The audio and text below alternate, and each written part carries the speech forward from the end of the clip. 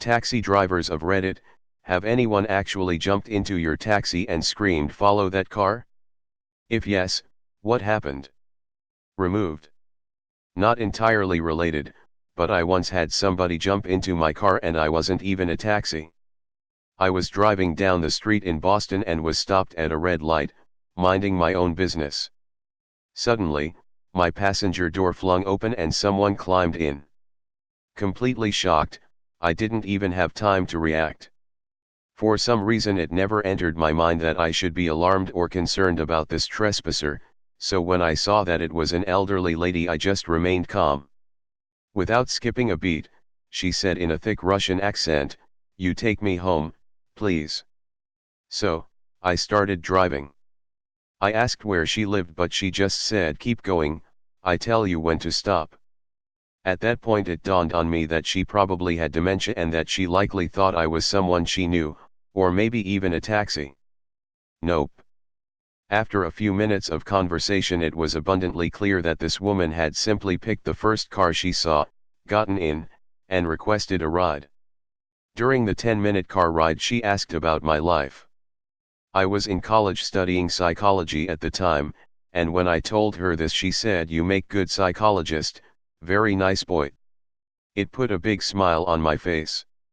My grandparents had all died either before I was born or during early childhood, so I don't think I had ever had an elderly person say something like that to me. It felt nice. Finally we reached an apartment building and she told me to pull over. When I put the car in park she turned to me and said thank you driving me today. I assured her it was no problem at all and wished her the best, and her parting words to me as she climbed out were very good boy, good luck with studies. After pausing for a moment, I drove away and just kind of let it be.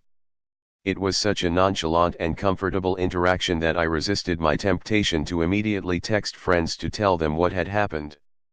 It felt like that would have cheapened it, or turned it into a novelty. It was just so natural and I went with it. She's unlikely to be alive at this point, but I hope she enjoyed the rest of her days. Godspeed, Russian grandma I had for a day. Oh, I'm not a taxi driver, but I was the passenger for a story that is similarly cliched. Back when I was an actor/active drug addict/alcoholic, what's the difference? I know, I had a director threaten to recast me a week before the show if I was late to rehearsal again. To put that into perspective, recasting a major role after rehearsals have started is generally unheard of, and almost unthinkable so late in the rehearsal process. She was really fed up with me. On this particular day, I was running late as usual and had 5 minutes to get to rehearsal. It was a 10-minute walk or a 5-minute drive. I flagged a cab, hopped in and said I need you to take me to this address and, if you can, I need you to step on it. The driver smiled wide and said I've always wanted to hear that. Cue him putting the pedal to the metal. Within 10 seconds we were approaching 65 miles per hour on a 30 miles per hour city street, weaving through traffic, clipping yellow lights too close for comfort, and generally whipping this cab around in an extraordinarily haphazard and irresponsible fashion. I was stunned, wide-eyed, in absolute shock and terror, unable to process that he quite literally heeded my request or that this was actually happening. I thought I was going to die. It was the best cab ride of my life. I was 2 minutes early to rehearsal. Yes, but it's usually followed by I've always wanted to say that. I was in New Orleans once and a cab I was in got sideswiped by a drunk driver. The drunk driver then took off. I told the cab to follow him, which he did. We ended up in a parking lot and we watched them go into an apartment building. Cabbie had the station call the cops. I wrote a statement for the cabbie and he called me a new cab while he wanted for the cops. I did that once as a passenger. We said it as a joke. We were in a group of 6 and couldn't fit in a single cab. So I went into the second cab and said, "Follow that cab." We expected the driver to laugh it off and ask for our destination. Instead, he just took off and followed the first cab. Friend of mine is a taxi driver and this has happened to him. An elderly man rushed inside his taxi and pointed out loud to follow a red Toyota. This man never explains why to follow, just tries to frantically call to somewhere. My friend asked multiple times if they need to call police, but the man just waved no and pointed to follow the car. They circle around the town, finally ending up to a front of a house where the car followed parks. As the car stop, man says, "Hold on a moment, I'll pay," and jumps out of the car. An elderly lady steps out of the red Toyota and the man, apparently her husband, starts to scream, "Why did you left me at the mall?" Woman is waving her hands screaming back, "What are you screaming about, you are here," and walks inside the house like nothing has happened. Man returns and pays the drive, being sorry about it all at the same time. My friend thought they were following a burglar or something, but it turned out the lady just forgot her husband at the mall. Funny situation in a way, but sad in a way too, as my friend said. Dementia. Edit, sleepy typos. A personal trainer at my old gym did this. He saw a guy shoot another guy in the head and jump into a car, so he got into a cab so the shooter wouldn't get away. The cabbie followed the car for a bit until he learned that he was following a murderer, then he pulled over and refused.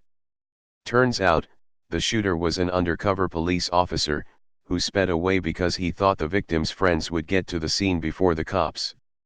I used to ride a pedicab, bicycle taxi, in NYC. A drunk finance bro told me to follow his friend who was running away. I caught him in about a block and a half. The bro jumps out of my trike not paying and tackles his friend. He then comes back to me and gives me $40. I drove a taxi one summer in a party resort.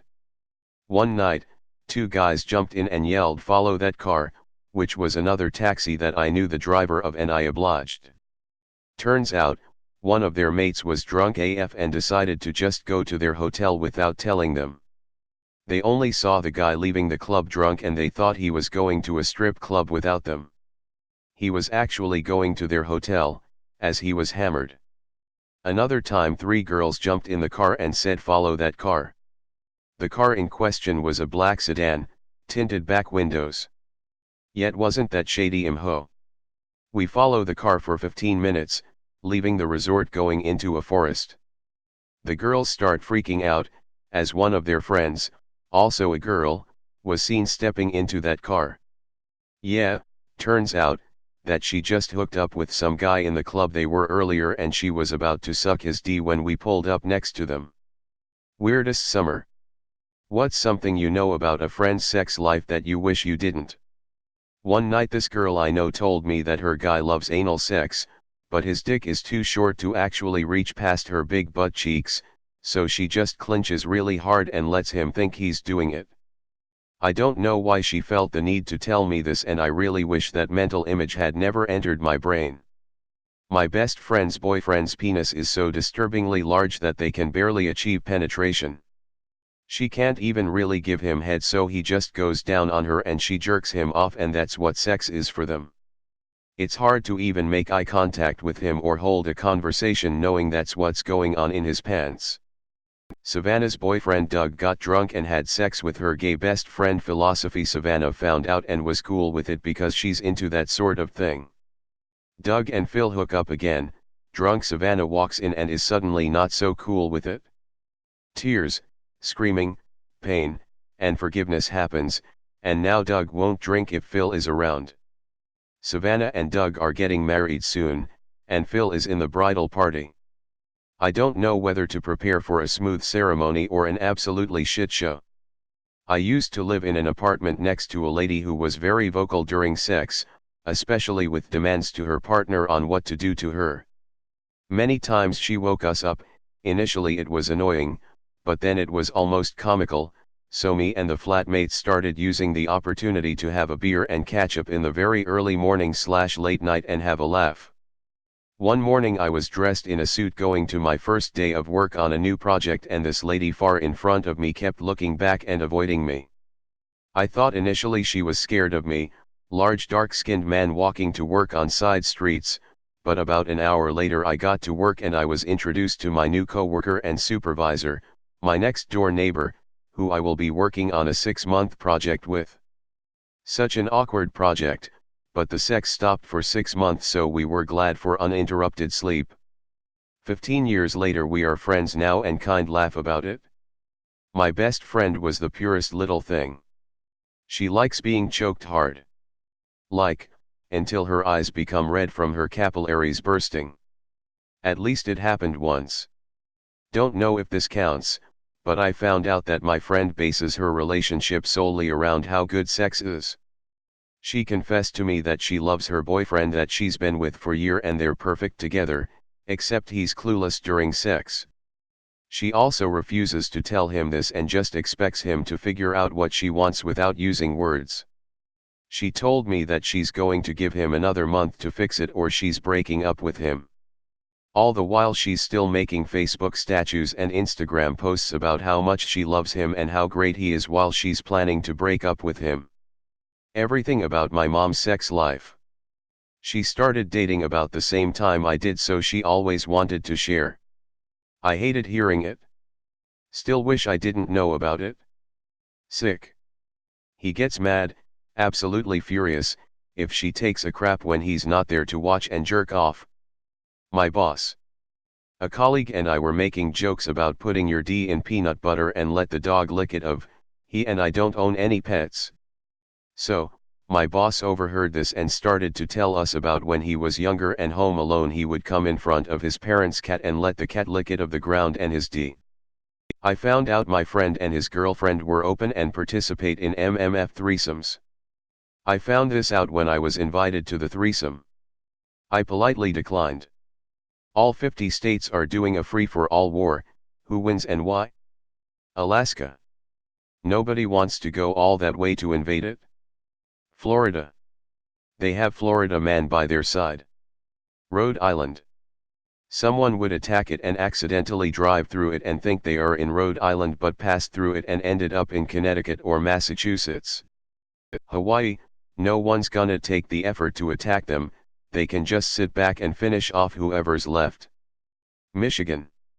It already looks destroyed, so it will be passed by and ignored. They can jump out at the end and kill what's left of the winner from the 49. Texas and Florida would form an alliance. A genetically engineered super soldier is created with the strength and power of Chuck Norris and the tenacity and utter insanity of Florida man. Oregon. Hear me out. People don't realize that 4/5 of the land mass is under the control of rednecks because they think Oregon is basically the 150-mile stretch of freeway from Eugene to Portland. But that section is nestled in a fold or gun-toting anti-government, pissed off, wanting to split from the U.S., God-fearing rednecks. Both southern and eastern Oregon mountainous and rough countryside.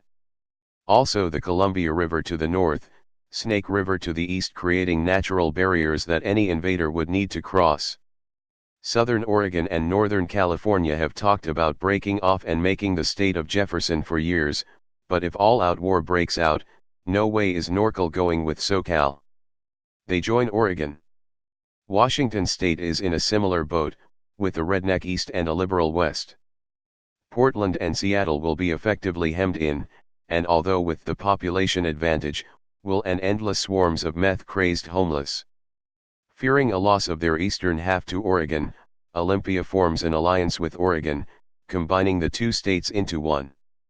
Seeing this now enormous threat to its west, but also pinched in between Orwash and Montana, Idaho's survivalist anti-government fringe fanatics escape into the hills of northern Idaho, where small semi-organized militias act as a buffer for Montana and Washington. Losing these troops, Boise has little choice but to either stand and fight on two fronts, or join their regional brethren from eastern Oregon. The choice is simple. Orwash, Ida is born. The Great Desert in southeast Oregon and northern Nevada is the first significant battleground in this theater, but now Oregon has the Air Force from empty home Idaho. Caught now from attacks coming out of Norcal, southern Oregon, and Idaho, Nevada would fall. It now becomes about numbers. Orwash, Ida eclipses the population of Montana. The war-torn SoCal Army would be its biggest obstacle, while Colorado and Wyoming duke it out with Utah. Forced to face former brothers in the Northern Californians, the South starts getting pockets of defectors to Oregon's side. California falls, leaving Arizona a new threat, but they are already facing down a looming threat of Texas, punching its way through New Mexico. Denver, much more in common with a West Coast city, pushes for an alliance, and thus Utah is forced to either join or be surrounded by a consolidated force. The war with Wyoming having been won by Colorado, everything west of the Rockies belongs to Oregon's United Front. The border with the Dakotas requires minimal manpower, so the shift of men to the southern front would be enough to check any push from the Texans. Inside the occupied New Mexican borders, resistance forces already have sprung up, hampering logistics and supply of Texan armies. Oklahoma, although it put up a good fight, was overwhelmed. Kansas is now feeling the weight of a Texan assault, and with Missouri and Iowa trying to push west itself and Nebraska dig in. Texas, seeing it may need allies, reaches out to Florida, who's pushed well up into South Carolina through Georgia and parts of Alabama. Texas pushes through Louisiana and Mississippi to link up along the Gulf Coast with Florida. To be continued. Connecticut, invaders will probably be taxed to death. North Dakota. If they were an independent nation, they'd have the third largest nuclear arsenal behind the US and Russia. Wyoming, everybody would forget we were there until the end, and then when they tried to invade they would either freeze to death, blow away in the wind, or be eaten by antelope. What knowledge might save your life one day? If you ever are kayaking and become pinned upside down, swim down deeper into the water to escape the kayak. You may not be able to flip it over. If you are ever bitten by a bat, raccoon, fox, or skunk, go directly to the hospital. There is no cure for rabies once it is fully onset. If you ever fall/get pushed down from the platform onto the rails at a subway station, try to roll under the platform. Many stations have space there, like little overhang, for exactly that reason. Female heart attack symptoms are often different than those commonly described, and women commonly assume they are just fatigued, or have the flu and die as they do not seek medical treatment. Uncomfortable pressure, squeezing, fullness or pain in the center of your chest. It lasts more than a few minutes, or goes away and comes back. Pain or discomfort in one or both arms, the back, neck, jaw, or stomach. Shortness of breath with or without chest discomfort. Other signs such as breaking out in a cold sweat, nausea, or lightheadedness. As with men, women's most common heart attack symptom is chest pain or discomfort.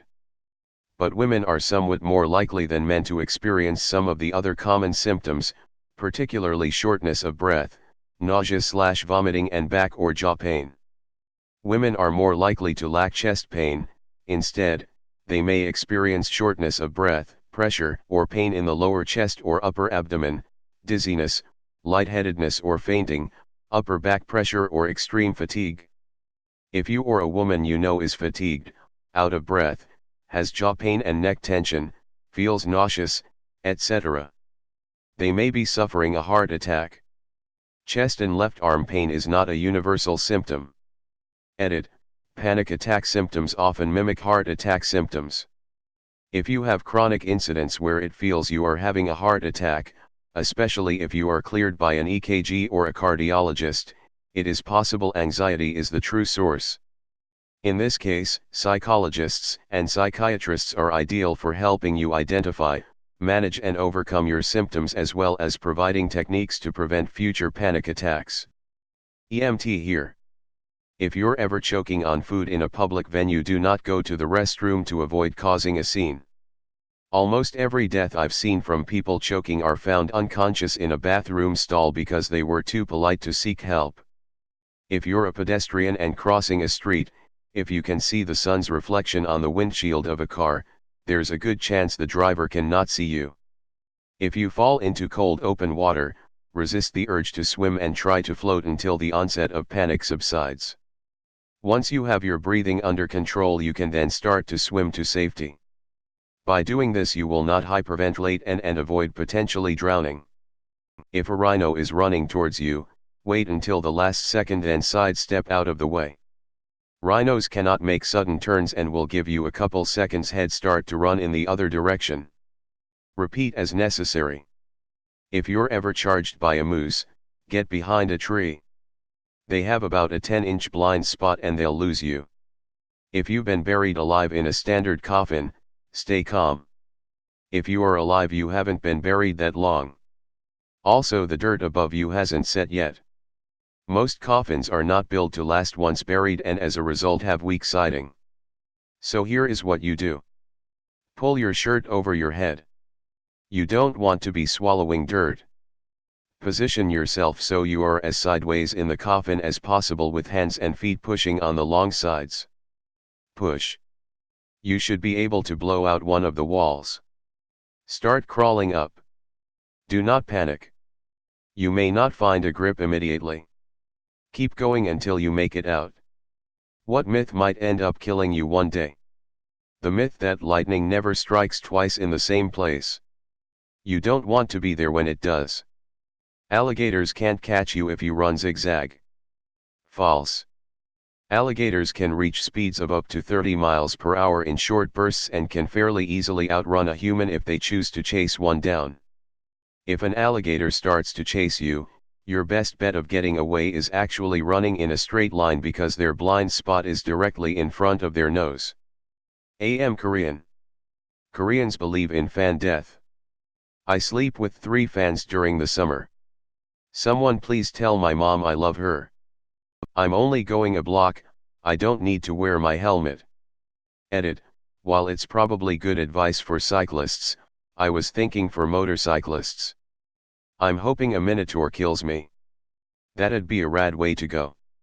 That moss only grows on one side of the tree, I believe people say the north side. This is false. 3 seconds rule for sure. My Chinese family believes that if you drink cold water you'll get fat / won't be able to lose your fat. They always give me shit when I have something from the fridge. Is it true that if you don't use it you lose it? People would warn me not to look, but I'd probably try to sneak a peek at Medusa.